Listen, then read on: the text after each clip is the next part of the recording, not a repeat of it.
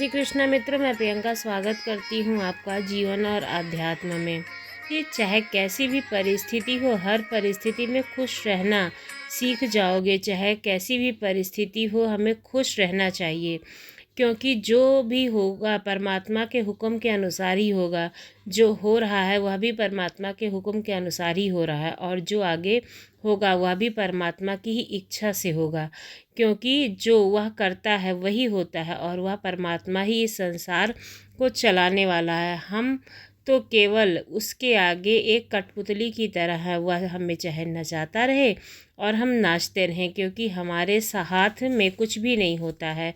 तो फिर हम क्यों व्यर्थ की चिंता करते हैं, जब हमें पता है कि सब कुछ करने वाला वह परमात्मा है, वह ईश्वर है। इसलिए भाई, हम कहते हैं कि हम परिस्थिति ही चाहे कोई भी हो, हमें खुश रहना चाहिए और हमें खुश रहना सीखना चाहिए। अगर हम खुश नहीं रह पाएंगे तो हमारी ज़िंदगी आगे नहीं चलेगी और हम अपने कर्म के मार्ग पर प्रशस्त नहीं हो पाएंगे। अगर यह बातें ध्यान से सुन ली हो तो भगवान कहते हैं कि अगर इंसान शिक्षा से पहले संस्कार, व्यापार से पहले व्यवहार और भगवान से पहले माता पिता को पहचान ले तो उसकी ज़िंदगी में कभी कठिनाई नहीं आएगी। स्वार्थ से रिश्ते बनाने की चाहे कितनी भी कोशिश करो, वह कभी भी नहीं बनते। और प्रेम से अगर आप कोई भी रिश्ता तोड़ना चाहो तो चाहे कितनी भी कोशिश कर लो, वह रिश्ता टूटता नहीं है। क्या सदा मौन रहना उचित है या नहीं? इतिहास साक्षी है, संसार में अधिक विपदाएं इसलिए आई हैं क्योंकि समय पर मनुष्य उसका विरोध नहीं कर पाया है। भगवान कहते हैं कि सच एक सर्जरी की तरह होता है, थोड़ा दर्द होता है, मगर आप सच बोल देते हैं तो आपके मन में तकलीफ़ नहीं रहती है। और झूठ एक तकलीफ़ की तरह होता है, जो थोड़ी देर तो आपको आराम देता है लेकिन आपकी मानसिक स्थिति को बहुत नुकसान पहुंचाता है। आपको सारी ज़िंदगी उस झूठ का दर्द झेलना पड़ता है। चुंगली की धार इतनी तेज़ होती है कि खून के रिश्तों को भी काट कर रख देती है। रिश्ते खून से नहीं होते हैं, विश्वास से होते हैं। अगर आपके रिश्ते में विश्वास नहीं है तो आपका रिश्ता लंबे समय तक नहीं चल सकता है। तो पराये भी जो होते हैं वो भी आ जाते हैं आपके ऊपर विश्वास जताकर आपके रिश्ते को तोड़ने के लिए। दोस्तों, विधि के विधान को कोई टाल नहीं सकता। एक बहुत ही अच्छी कहानी, समय बहुत बलवान होता है। दोस्तों, समय में वह ताकत होती है जो रातों रात राजा को रंक और रंक को राजा बना सकती है। विद्वानों ने भी कहा है कि होनी बहुत बलवान होती है। दोस्तों, अगर आप हमारे चैनल पर नए आए हैं तो प्लीज़ हमारे चैनल को सब्सक्राइब ज़रूर करें ऐसी ही कहानियों के लिए। चलिए कहानी को प्रारंभ करते हैं। बहुत समय पहले की बात है। एक नगर से दूर एक महात्मा का आश्रम था। वह सभी शास्त्रों और वेदों का ज्ञान रखते थे। उनके चर्चा बहुत दूर दूर तक फैली हुई थी। उनके पास दूर दूर से लोग अपना भाग्य दिखाने के लिए आते थे। वह परमात्मा बहुत ही ज़्यादा ज्ञानी थे। जिन लोगों का भी भाग्य देख करके उन्हें बताते थे, वे वह बात सच साबित हो जाती थी। दूर से ही उनका भाग्य पढ़कर यह बता देते थे कि उनके भाग्य में क्या लिखा है। भूतकाल, भविष्य और वर्तमान तीनों कालों का ज्ञान वह रखते थे। उसी नगर में एक ब्राह्मण अपनी पत्नी के साथ रहता था। उसकी पत्नी धर्म और आस्था में बहुत विश्वास रखती थी, लेकिन उनके कोई संतान नहीं थी। गांव के लोगों से सुना था कि गांव में एक महात्मा जी हैं जो किसी का भी भाग्य बता देते हैं। उनके भाग्य में क्या लिखा है, उन्होंने सोचा क्यों ना हम भी बस उन महात्मा के दर्शन कर अपनी किस्मत का निर्णय हाथ में सौंप दें और अपने भाग्य को जान ले। अगली सुबह वह पंडित जी और उनकी पत्नी उस महात्मा से मिलने के लिए निकल जाते हैं। वह दोनों उस महात्मा के आश्रम में जाकर रोने लग जाते हैं। महात्मा जी दोनों को चुप कराते हुए पूछते हैं, बेटा तुम क्यों रो रहे हो? तुम्हें क्या दुख है? मुझे बताओ, मैं कोई ना कोई समाधान ज़रूर निकाल लूँगा। जब पंडित जी कहते हैं कि गुरुदेव, हमारे कोई संतान नहीं है। यह दुख हम दोनों को हर दिन अंदर ही अंदर खाता रहता है। हमने अपना बहुत नाम सुना है आपका, बहुत नाम सुना है, तभी हम आपके पास आए हैं। आप हमारा भाग्य देखकर हमें बताओ कि हमारे जीवन में पुत्र सुख है या नहीं। फिर परमात्मा जी कहते हैं, तुम चिंता मत करो। तभी महात्मा पंडित जी की पत्नी को आश्रम के मंदिर से 2 सेब ला करके देते हैं और कहते हैं, इसको आप दोनों पति पत्नी खा लेना, तो मैं अवश्य ही संतान प्राप्ति का वरदान देता हूँ और तुम्हें अवश्य ही संतान की प्राप्ति होगी। उसके बाद वह दोनों महात्मा जी को प्रणाम करके वहाँ से अपने घर चले जाते हैं। कुछ महीनों के बाद वैसा ही होता है। 1 साल के बाद पंडित जी के घर में पुत्र का जन्म होता है और पंडित और उसकी पत्नी अत्यंत प्रसन्न होते हैं। पंडित अपनी पत्नी से कहता है कि क्यों ना हम उन महात्मा जी को अपने घर बुला करके उनकी सेवा भाव करें। पंडित जी उस महात्मा जी को अपने घर बुला लेते हैं और उनकी सेवा करते हैं। पंडित अपने बेटे का नामकरण भी उनसे करवाते हैं और उस अपने बेटे का नाम अर्जुन रखते हैं। तभी पंडित कहता है कि गुरुदेव, आप हमारे बच्चे का भविष्य देखकर बताओ कि हमारा पुत्र जीवन में क्या करेगा। तभी वह महात्मा जी कहते हैं कि अभी इसको बड़ा होने दो, इसकी आयु 8 वर्ष की हो जाएगी, तब इसको मेरे पास लेकर आना, मैं इसका भाग्य अवश्य बता दूंगा। यह बोलकर महात्मा जी वहाँ से चले जाते हैं और धीरे धीरे समय गुजरता गया। पंडित जी का जो पुत्र था वो 8 वर्ष का हो गया था। एक दिन पंडित जी अपने बेटे को लेकर के उस गुरु के आश्रम में जाते हैं जिनके आशीर्वाद से वो प्राप्त हुआ था। तो वह देखते हैं वहाँ पर बहुत लोगों की भीड़ अब जमा होने लगी थी और बहुत सारे लोग वहाँ पर एकत्र थे। तब पंडित जी का लड़का पंडित जी से पूछता है कि पिताजी, यह सब क्या हो रहा है। तब पंडित जी अपने बच्चे को बताते हैं कि यह महात्मा जी त्रिकालदर्शी हैं, इनको भविष्य का पता चल जाता है। यह सब लोग अपने अपने भविष्य का पता करने उनके यहाँ आए हुए हैं। तब पंडित जी का लड़का उन गुरुदेव के पास जाता है और कहता है कि गुरुदेव, आप मेरा भी भविष्य देखो ना। उस छोटे से बालक की बात को सुनकर गुरुदेव पहले तो मना कर देते हैं, लेकिन बाद में बच्चे की जिद पर मान जाते हैं और उसे कहते हैं कि बेटा, मैं तुम्हारा भाग्य देखता हूँ, तुम मेरे सामने आकर बैठ जाओ। फिर महात्मा जी उस पंडित पुत्र का भाग देखने लगते हैं। उन महात्मा जी ने अपने ग्रंथ को खोला और पंडित पुत्र के ललाट को देखा। जब उनने गणना की तो महात्मा जी ने देखा कि पंडित के पुत्र का विवाह तो एक नीच कुल की कन्या के साथ होना लिखा है। जब उसने यह देखा तब वह सोचने लगा कि अब क्या होगा। यह जाति में उच्च कुल का है, ब्राह्मण है, और इसके पुत्र का विवाह नीच कुल की कन्या से कैसे हो सकता है। यदि ऐसा हो गया तो यह कहीं का कहीं नहीं रहेगा और किसी को अपना मुंह दिखाने लायक भी नहीं रहेगा। महात्मा जी की यह सब बातें उस पंडित को बता दी। पंडित जी यह कहते कि गुरुदेव, नहीं नहीं, ऐसा नहीं होने दूंगा मैं। जब मैंने जान लिया है कि मैं भाग्य को बदल दूंगा। जब उस महात्मा ने कुछ और गहराई से उस ग्रंथ को देखा तो उनकी गणना की तो उन्हें पता चला कि उसी गंगा के किनारे कोई 5-6 कोस दूर एक मछुआरे का परिवार रहता है और उस परिवार में अब एक 5 पुत्रियों का जन्म हो चुका है। जो मछुआरे की 5वीं कन्या है, उसी की उम्र अभी 3 वर्ष है और जिसका नाम उस मछुआरे ने शकुंतला रखा है। पंडित पुत्र का विवाह उसी कन्या के साथ होगा, ऐसा उसके पुत्र के भाग्य में लिखा हुआ है। यह सब महात्मा पंडित जी को बताते हैं। तो पंडित जी ने सोचा कि मैं अपने पुत्र के भाग्य को ज़रूर बदलूंगा, मैं इसमें सामर्थ्य हूँ। जब मैंने अपने पुत्र के भाग्य को जान लिया है तो मैं इसके भाग्य को बदल भी सकता हूँ। पंडित कहता है कि गुरुदेव, मैं आज ही देखता हूँ कि भाग्य बड़ा है या मैं बड़ा हूँ। तब वह पंडित ब्रह्मा जी के लिखे हुए विधान को बदलने के लिए चल देता है और चलते चलते पंडित उस मछुआरे के घर पहुंच जाता है। जब उस मछुआरे ने देखा कि उज्जैन के एक महान पंडित उसके द्वार पर खड़े हैं तो उस मछुआरे ने उस पंडित का बड़ा ही आदर सत्कार किया और कहने लगा कि मुझ गरीब की कुटिया पर आप क्यों पधारे हैं, आपका आना यहाँ पर क्यों आए हैं, उद्देश्य क्या है। यह तो मेरे लिए सौभाग्य की बात है पंडित जी। पंडित जी कहने लगे कि हे मछुआरे, मैं किसी उद्देश्य से तुम्हारे पास आया हूँ। मैं तुमसे यह जानना चाहता हूँ कि तुम्हारे घर में किसी 3 साल की कन्या ने जन्म लिया है, जिसका अभी मतलब जन्म लेने के बाद 3 साल की वो हो चुकी है, ऐसा पूछता है। तो मछुआरा कहने लगा कि हाँ पंडित जी, हमारे घर में एक पुत्री ने जन्म लिया है जिसकी आयु अभी 3 वर्ष की होगी।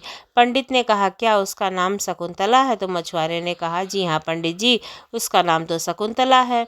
पंडित जी ने कहा, हे मछुआरे, मेरा गुरु त्रिकालदर्शी है, उन्होंने मुझे कुछ मंत्र दिए हैं। तो मैं इस रास्ते में जा रहा था, मैंने देखा तुम पर जो गहरा संकट आने वाला है। जब तक तुम्हारी सबसे छोटी पुत्री तुम्हारे घर में रहेगी, तब तक तुम्हें पुत्र की प्राप्ति नहीं होगी। यदि तुम अपने घर के आंगन में पुत्र खेलना हो देखना चाहते हो, कि मतलब तुम्हारे घर में पुत्र का जन्म हो, तो तुम्हें अपनी छोटी बेटी को अपने घर से दूर भगाना होगा। पंडित के ऐसे वचनों को सुनकर मछुआरा बोला, पंडित जी, अभी तो वो नवजात बालिका है, उसकी आयु भी मात्र 3 वर्ष की है, मैं उसे ऐसी हालत में कहाँ छोड़ सकता हूँ।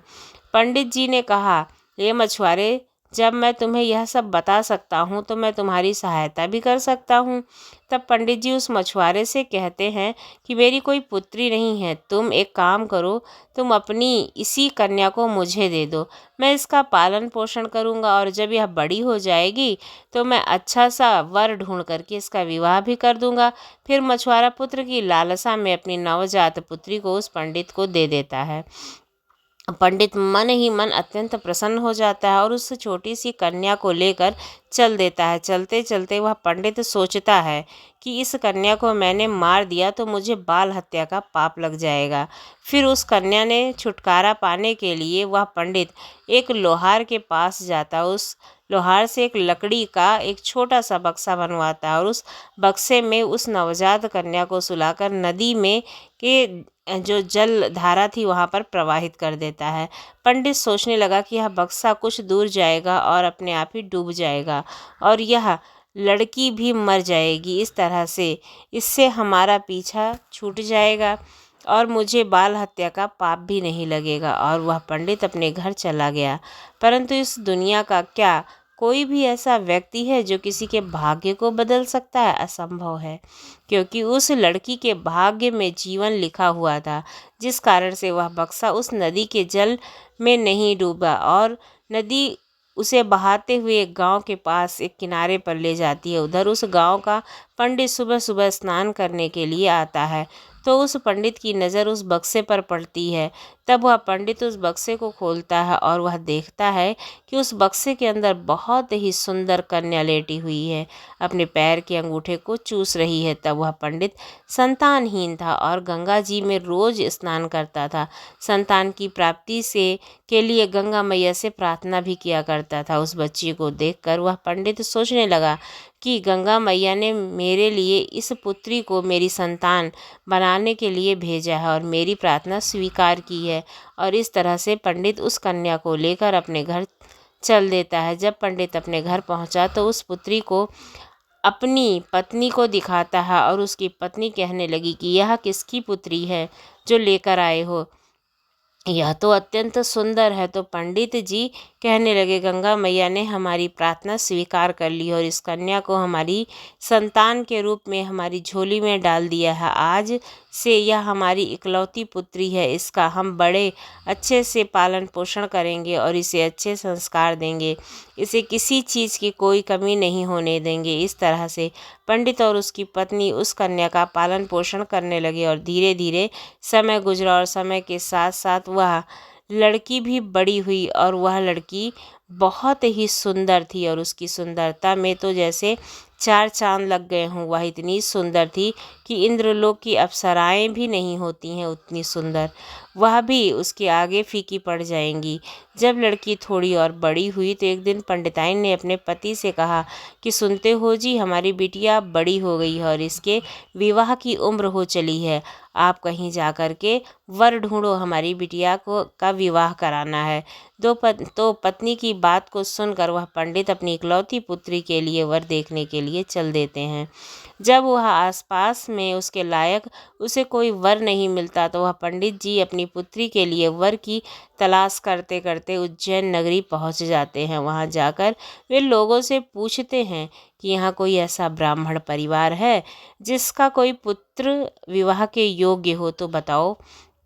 उज्जैन के लोग उस पंडित के बारे में ही उस पंडित को बताते हैं जिसने इस लड़की को नदी में फेंक दिया था। उसका बहुत ही संस्कारी परिवार है और उन पंडित का एक इकलौता पुत्र है और उनकी उम्र भी विवाह के योग्य है। पंडित जी, अगर आपकी बात उन पंडित जी के पास बन गई तो आपकी पुत्री बहुत ही सुखी रहेगी।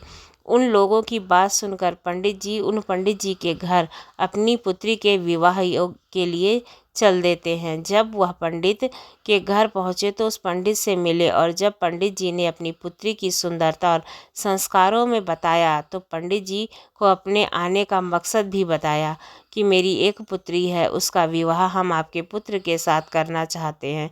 तो वह पंडित जी भी अत्यंत प्रसन्न हुए। चलो, मेरे पुत्र के लिए जो भाग्य में लिखा था वह बदल गया और एक ब्राह्मण अपनी पुत्री का विवाह मेरे पुत्र के साथ करवाना चाहता है, उसके लिए मेरे पास आया है। वह पंडित जी उस ब्राह्मण की उस बिटिया से अपने पुत्र के विवाह के लिए तैयार हो जाते हैं। फिर विवाह का समय निश्चित हो जाता है और वह ब्राह्मण खुशी खुशी अपने घर चला जाता है और अपनी पत्नी को सारी बात बताता है। फिर कुछ दिन बाद वह दिन भी आ जाता है जिस दिन पंडित जी की पुत्री और उस पंडित जी के पुत्र का विवाह होता है। फिर वह पंडित अपने पुत्र की बारात लेकर उस पंडित जी के गांव की तरफ चल देता है और सोचता जाता है कि मैंने अपने पुत्र का भाग्य बदल दिया है। जो उस परमात्मा ने कहा था मैं उसको भी बदल दूंगा, आज मैं अपने पुत्र का भाग्य बदल दूंगा। लेकिन पंडित को क्या पता था कि विधाता का लिखा कोई नहीं मिटा सकता है, उसे विधाता खुद नहीं मिटा सकते हैं। जो लिख दिया वह अटल है, जैसा जिसके भाग्य में लिख दिया जाता है वैसा ही होकर रहता है, चाहे कोई कितनी भी जतन क्यों ना कर ले, भाग्य का लिखा कोई नहीं मिटा सकता। इस तरह से संयोग से आज वही मछुआरे की कन्या आज पंडित की पुत्री बनकर उस पंडित के बेटे के साथ विवाह करने के लिए तैयार हो रही है, जिसे उस पंडित ने पानी में फेंक दिया था। फिर उस लड़की का विवाह उस पंडित के बेटे के साथ हो जाता है। इस तरह से वह कन्या पंडित के घर आ जाती है। पंडित का पुत्र सुंदर सी पत्नी पाकर अत्यंत प्रसन्न रहता है। पंडित जी भी पुत्री ही सुंदर से पति पाकर खुश हो जाते हैं और पंडित इस बात से खुश हैं कि मैंने अपने पुत्र का भाग्य बदल दिया है। फिर एक दिन किसी कार्य से उस पंडित के पुत्र को उज्जैन से कुछ दिनों के लिए बाहर जाना पड़ता है। एक दिन वह पंडित अपने बेटे की बहू को लेकर उस महात्मा के आश्रम में जाते हैं और उधर पहुंचकर गुरुदेव को प्रणाम करते हैं और बताते हैं कि गुरुदेव, मैंने विधि के विधान को बदल दिया है। यह सुनकर गुरुदेव हंसने लगते हैं और पंडित गुरुदेव को हंसता हुआ देखकर पूछते हैं कि गुरुदेव, आप हंस क्यों रहे हैं। जब गुरुदेव पंडित को बताते हैं कि यह वही लड़की है जिसको तुमने नदी में फेंक दिया था। यह सुनकर पंडित का पसीना छूटने लगता है। उसने सोचा, यह तो वही मछुआरे की लड़की है जिसे मैंने मारने के लिए नदी में प्रवाहित कर दिया था। फिर यह मेरे घर की और मेरे पुत्र की वधू बनकर कैसे आ गई। उसने शकुंतला से कहा, पुत्री, तुम अपने पिताजी की इकलौती पुत्री हो ना। वह कन्या बोली, जी हाँ पिताजी, मैं अपने असली माता पिता तो नहीं है, वह मेरे तो बड़े दुष्ट थे। जो मेरे असली माता पिता थे उन्होंने मुझे 3 वर्ष की अवस्था में गंगा जी में प्रवाहित कर दिया था। जो मेरे नए माता पिता हैं उन्होंने मुझे नव जीवन दान दिया था। जिस दिन से मुझे नया जीवन दान मिला तब से यही मेरे माता पिता हैं। जब पंडित जी ने यह साबित कर लिया कि वह वही मछुआरे की लड़की है तो पंडित ने उस शकुंतला से निजात पाने की एक युक्ति निकाली और अपने बेटे की बहू से बोला, बेटी, तुम पहली ये संतान पुत्र पाना चाहती हो तो मेरे साथ तुम्हें समुद्र तट पर चलना होगा। जब दोनों ससुर और पुत्र वधू समुद्र के किनारे पहुँचे तो पंडित ने अपने हाथ से एक अंगूठी निकाली और उस अंगूठी को दिखाते हुए समुद्र में फेंक दिया और अपने पुत्र वधू से कहा, बेटी, जिस दिन तुम्हें अंगूठी मिल जाए उसी दिन तुम अपने घर आ सकती हो। यह अंगूठी नहीं मिली तो तुम अपने पिता के घर भी नहीं जाना। मेरे घर आ गई तो तुम अपने पति को खो दोगी, और इसलिए और अपने पिता के घर गई तो पिता को खो दोगी। इसलिए जब तक तुम्हें कहीं नहीं जाना है, जब तक यह अंगूठी तुम्हें ना मिल जाए। यदि तुम मेरे वचनों को मानोगी तो तुम्हें अवश्य ही पुत्र की प्राप्ति होगी, तुम्हारा भाग्य भी बदल उठेगा। ऐसा कहकर पंडित जी उसको समुद्र के किनारे पर छोड़कर वापस अपने घर लौट गए। शकुंतला ने काफ़ी प्रयास किया लेकिन अंगूठी नहीं मिली। जब अंगूठी नहीं मिली तो वह बेचारी एक रास्ते की तरफ चल दी, क्योंकि ना वह अपने पिता के घर जा सकती थी और ना ही अपने पति के घर जा सकती थी। फिर चलते चलते वह आगे बढ़ी तो सपने सामने से एक राजपूताना परिवार आता हुआ दिखाई दिया, जो अपने गांव की तरफ जा रहा था। जब उस राजपूताना परिवार ने उस लड़की को देखा तो कहने लगा कि बेटी, इस जंगल में तुम अकेली कैसे घूम रही हो? यहाँ तो बहुत ही जानवर रहते हैं। और वह कन्या बोली, क्या बताऊँ, मैं विपत्ति की मारी हूँ, मेरा इस दुनिया में कोई नहीं है। तो वह राजपूत परिवार बोला, बेटी, अगर तुम चाहो तो हमारे साथ चल सकती हो। तो तब शकुंतला ने यह सुना तो वह सहज हो गई और उनके साथ चलने के लिए तैयार हो गई। इस तरह से शकुंतला को उस राजपूताना परिवार ने अपने घर में खाना बनाने के लिए रख लिया, और जो राजपूताना परिवार का मुखिया था वह उस पंडित का बहुत घनिष्ठ मित्र था।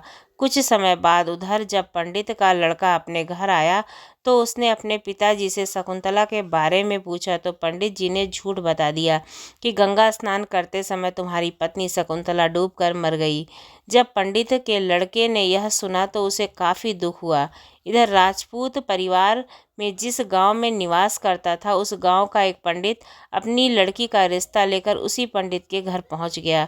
उस पंडित ने पंडित से जब अपनी पुत्री के विवाह के लिए प्रस्ताव रखा तो पंडित ने उस पंडित से कहा कि हम अपने पुत्र के साथ तुम्हारी पुत्री का विवाह तो करा लेंगे, लेकिन विवाह से पहले हम तुम्हारी पुत्री को देखेंगे और उसके बाद ही विवाह करेंगे, क्योंकि पंडित को डर था कि कहीं मछुआरे की वही कन्या फिर से विवाह ना कर ले जो उस लड़के के भाग्य में लिखी है।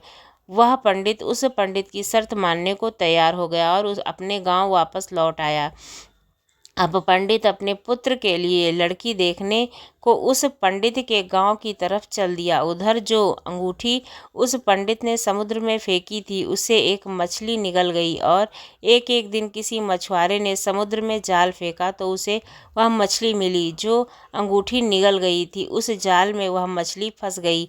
मछुआरा पकड़ी हुई मछली को बेचने के लिए वहीं पहुंच गया जहां राजपूताना परिवार रहता था। राजपूत परिवार के मुखिया को मछली खाना अत्यंत पसंद था, इसलिए उस राजपूत ने उस मछली को खरीद लिया और उस मछली को लेकर शकुंतला से कहा, बेटी, क्या तुम मेरे लिए मछली बना पाओगी? शकुंतला बोली, पिताजी, मैं मछली तो नहीं खाती, लेकिन के लिए अवश्य ही बना दूंगी। इस प्रकार वह मछली लेकर रसोई में काटने लगी। जब शकुंतला ने मछली को काटा तो उसके पेट से वही अंगूठी निकलकर जमीन पर गिर पड़ी। जब शकुंतला ने उस अंगूठी को देखा तो वह पहचान गई और अंगूठी पाकर अत्यंत प्रसन्न हुई।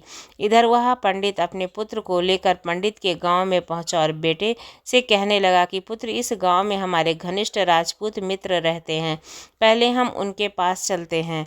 उनके पास हम तुम्हारे लिए लड़की देखने पंडित जी के घर जाएंगे। पंडित के बेटे ने जब अपने पिता के ऐसे वचनों को सुना तो वह बोला, पिताजी, आपको अच्छा लगा वैसे ही कीजिए। फिर वे दोनों उस राजपूत के घर पहुँचे। राजपूत ने जब अपने मित्र को देखा आते हुए तो वह अत्यंत प्रसन्न हुआ और अपने पंडित मित्र को गले लगा लिया। पहले की भांति उसका बहुत ही आदर सत्कार किया। आदर सत्कार करके उन्हें अपने पास में बिठाया और उसने शकुंतला को आवाज़ दी, बेटी, हमारे मित्र आए हैं, जरा इनके लिए पानी का इंतज़ाम करो। जब शकुंतला पानी लेकर आई तो शकुंतला ने पंडित जी को देखा, पंडित ने शकुंतला को देखा। फिर जब पंडित जी के लड़के ने शकुंतला को देखा तो वह कहने लगा, पिताजी, आपने मुझसे झूठ क्यों बोला कि शकुंतला मर गई है?